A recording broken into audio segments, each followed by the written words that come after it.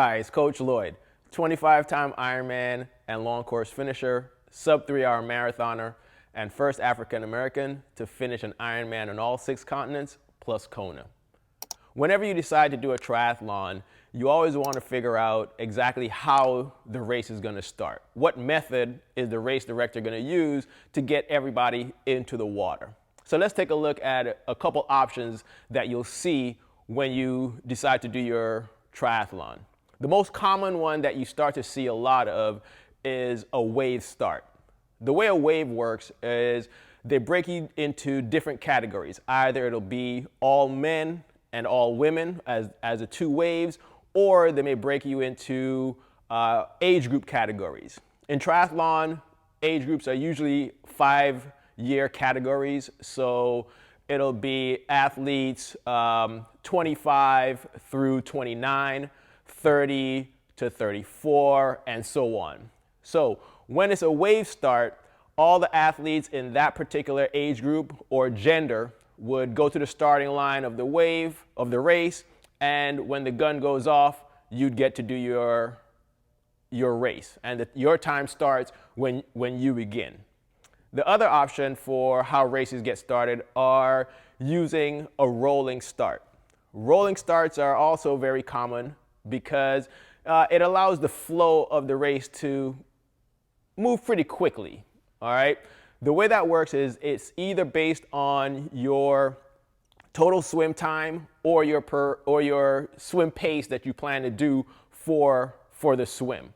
So you may see signs kind of like at a road race where it will say if you're going to swim 1 minute per 100 or faster, stand here.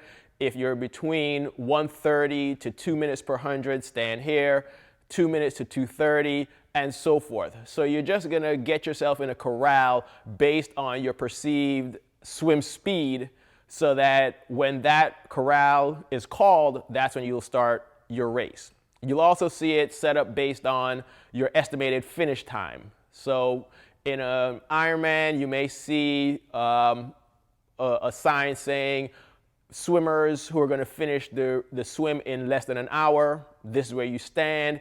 If you're going to be between an hour and 110, 110 to 120, 120 to 130, in different increments. So you know exactly where to stand, and when the gun goes off, those athletes will slowly make their way to the swim start and begin their race. That way it's a nice flow. It allows you to swim with other athletes who are at your comparable swim pace, so there's not as much pushing and shoving in other formats. So it's a really nice way to let the flow of the day and the swim and keep everybody happy. The next option is a time trial.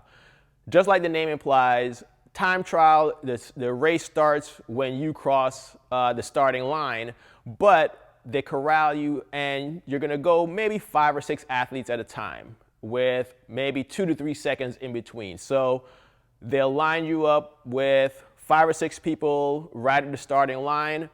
You'll hear a beep. When the beep goes, you'll cross the line and then your race starts and you're off. 3 or 4 seconds later, another beep will happen and another set of 5 or 6 athletes will begin. So it just staggers the swimmers into the water in a specific rate to get everyone in and nice and easy. You'll see this often, but it's just now starting to really become popular. The most one you're going to see is the rolling starts or the wave starts.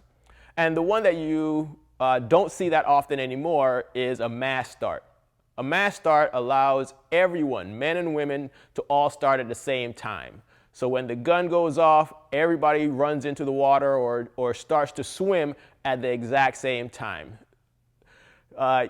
Not too many races have this as often anymore due to the pushing and shoving. It gets a little aggressive in an open water swim when you do a mass start. So for everyone's safety, most races have moved away from the mass start concept. But a few races may still have them, so you may get a chance to experience it. Once you figure out which method you're going to use to start the race, it also helps to know the technique that's going to be used. most of the time you're going to see a walk-in start. You'll start off on the beach or on land, and when the gun goes off, you're just going to walk your way into the water and start your swim. That's usually the most common approach to the swim start. A couple other ways you may do it is an in-water start. With an in-water start, whether it's a mass start or a wave, you're going to all be in the water for that group, treading water for a few minutes, and then once the signal goes, you'll begin your swim and your race starts. So if you're doing an in-water start, it pays to get a chance to practice your treading and your sculling, so that when that happens, you're comfortable just standing in place, waiting for the gun to go while you're just in that single place waiting for everything to happen.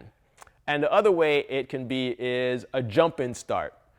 This is when you have to jump into the water off of a dock or a boat, and as soon as you jump into the water, that's when your race begins. So if you're going to have a jump-in start, it pays to go and practice jumping in from your pool deck or a diving board, something to get that feeling of jumping into the water and starting to swim as soon as you take off. The good thing is you just want to make sure that you know exactly which method your race is going to use so that you practice it, whether it's going to be an in-water start or a jump-in or walk-in, and then it gets you very comfortable knowing, is it going to be a rolling start, a time trial, or a wave start, just so you get a chance to know exactly where you want to position yourself and get yourself seated before the race starts. If you like the video, hit the thumbs up, leave us a comment, and don't forget to subscribe.